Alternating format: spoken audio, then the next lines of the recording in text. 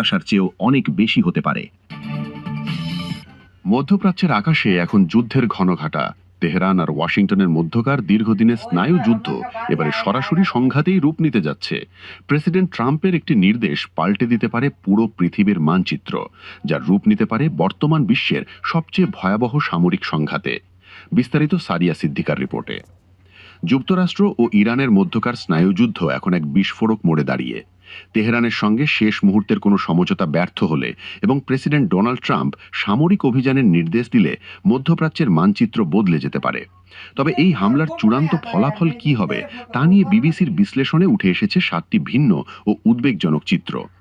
সবচেয়ে আশাবাদী কিন্তু কঠিন দৃশ্যপট হল, যুক্তরাষ্ট্র যদি আইআরজিসি বেসিস ঘাঁটি ও পারমাণবিক স্থাপনায় সুনির্দিষ্ট লক্ষ্যভিত্তিক হামলা চালায়, তবে বর্তমান জনবিচ্ছিন্ন শাসক গোষ্ঠী ধসে পড়তে পারে।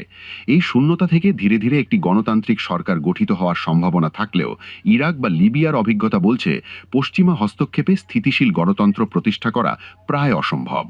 আমি বুঝি নির্মাণের শিল্প, সালাম স্টিল বোঝে ডিউরেলিটি। সালাম স্টিল, মোস্ট ডিউরেবল স্টিল। অন্যদিকে সরকার পুরোপুরি না গেলেও চরম চাপে পড়ে তাদের মিলিশিয়া সমর্থন বা পারমাণবিক কর্মসূচির নীতিতে কিছুটা পরিবর্তন আনতে পারে, যা ভেনেজুয়েলার মডেল হিসেবে পরিচিত। যদিও 1979 সাল থেকে ক্ষমতায় থাকা কট্টরপন্থী ব্যবস্থার মৌলিক পরিবর্তনের সম্ভাবনা খুবই ক্ষীণ। সবচেয়ে সম্ভাব্য বিপর্যয়কর পরিস্থিতি হতে পারে ইরানের সামরিক শাসনের উত্থান। যদি হামলা পরবর্তী অস্থিরতায় বর্তমান কাঠামো ভেঙে পড়ে, তবে সুসংগঠিত ও শক্তিশালী আইআরজিসি ক্ষমতার শূন্যতা পূরণ করতে এগিয়ে আসবে। এর ফলে ইরান গণতন্ত্রের পথে না গিয়ে আরও কঠোর সামরিক শাসনের অধীনে ঢলে যেতে পারে। পাল্টা আঘাত হিসেবে ইরান তার বিশাল ক্ষেপণাস্ত্র ও ড্রোন বাহিনী দিয়ে বাহরাইন, কাতার বা জর্ডানে থাকা মার্কিন ঘাঁটিগুলোতে হামলা চালাতে পারে। 2019 সালে সৌদি আরবের আরামকো তেল স্থাপনায় মিলিশিয়াদের হামলা এর একটি বাস্তব সতর্কবার্তা ছিল। যুদ্ধের আরেকটি ভয়াবহ কৌশল হতে পারে হরমুজ প্রণালীতে সমুদ্র মাইন বসানো। বিশ্বের 1/5 জ্বালানি প্রবাহের এই পথটি বন্ধ হয়ে গেলে বৈশ্বিক বাণিজ্যে বড় ধরনের ধস নামবে। পাশাপাশি ইরান তাদের ছাক হামলা কৌশলে অসংখ্য দ্রুতগতির নৌকা ও ড্রোন দিয়ে মার্কিন যুদ্ধজাহাজকে লক্ষ্যবস্তু করতে পারে। 2000 সালে ইউএসএস কোল ধ্বংস হওয়ার মতো কোনো ঘটনা ঘটলে বা মার্কিন নাবিকরা বন্দী হলে তা হবে যুক্তরাষ্ট্রের জন্য চরম অপমানজনক। বিশ্লেষকরা মনে করছেন, রাষ্ট্রীয় কাঠামো সম্পূর্ণ ভেঙে পড়লে ইরান দীর্ঘমেয়াদী গৃহযুদ্ধ ও জাতিগত সহিংসতার কবলে পড়তে পারে, যা সিরিয়া বা ইয়েমেনের চেয়েও পরম মানবিক বিপর্যয় ডেকে আনবে। মূলত ইরানের এ সংকটের ফলাফল কেবল একটি শাসন পরিবর্তন নয়, বরং গোটা বিশ্বের জন্য এক গভীর অনিশ্চয়তার জন্ম দিতে পারে। ইরান ও যুক্তরাষ্ট্রের মধ্যকার উত্তেজনা ভয়াবহ যুদ্ধের কিনারে গিয়ে ঠেকেছে। যুক্তরাষ্ট্র যে কোনো মুহূর্তে ইরানে বড় ধরনের হামলার প্রহর গুনছে, এমন খবরে পুরো মধ্যপ্রাচ্যে চরম আতঙ্ক ছড়িয়ে পড়েছে। অন্যদিকে যুক্তরাষ্ট্র বা তার মিত্রদের যে কোনো আক্রমণের জবাব দিতে পূর্ণ প্রস্তুতি নিয়ে রেখেছে তেহরান। এই টানটান পরিস্থিতিতে এক অঘোষিত যুদ্ধের দ্বারপ্রান্তে দাঁড়িয়ে পুরো মধ্যপ্রাচ্য। উত্তেজনার মধ্যেই মধ্যপ্রাচ্যে অত্যাধুনিক আকাশ প্রতিরক্ষা ব্যবস্থা থার্ড ও প্যাট্রিয়ট ক্ষেপণাস্ত্র প্রতিরক্ষা ব্যবস্থা মোতায়েন করেছে যুক্তরাষ্ট্র। কুয়েত, সৌদি আরব ও কাতারের গুরুত্বপূর্ণ সামরিক ঘাঁটি ও অবকাঠামো রক্ষায় এই ব্যবস্থা নেওয়া হয়েছে।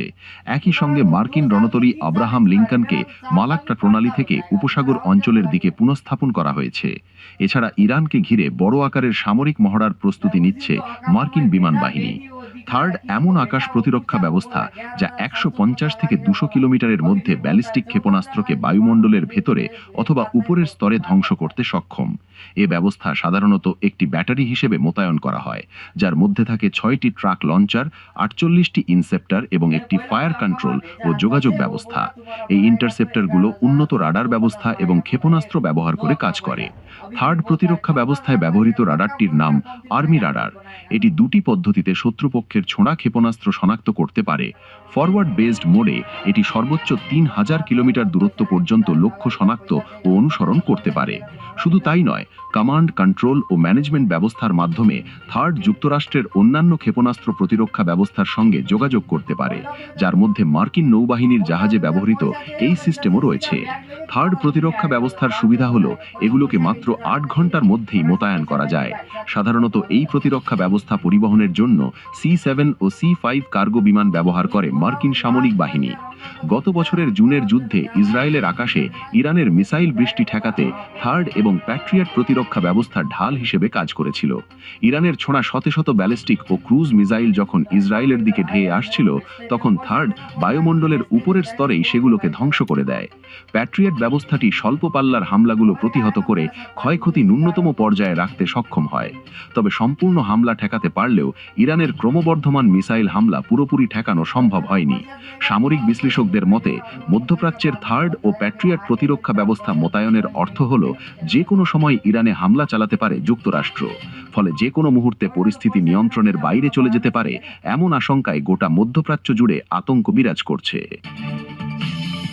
গত কয়েকদিন ধরে ওমান সাগরের নীল জলরাশিতে দাপট দেখাচ্ছিল মার্কিন রণতরী। তবে ইরানের উপকূলের কাছে এসে হঠাৎই চোখ রাঙানি বন্ধ করল ট্রাম্পের পাঠানো নৌবহর। ইরানি ড্রোন আর মিসাইল হামলার আশঙ্কায় কৌশলগত অবস্থান পরিবর্তন করল মার্কিন রণতরী ইউএসএস আব্রাহাম লিঙ্কন।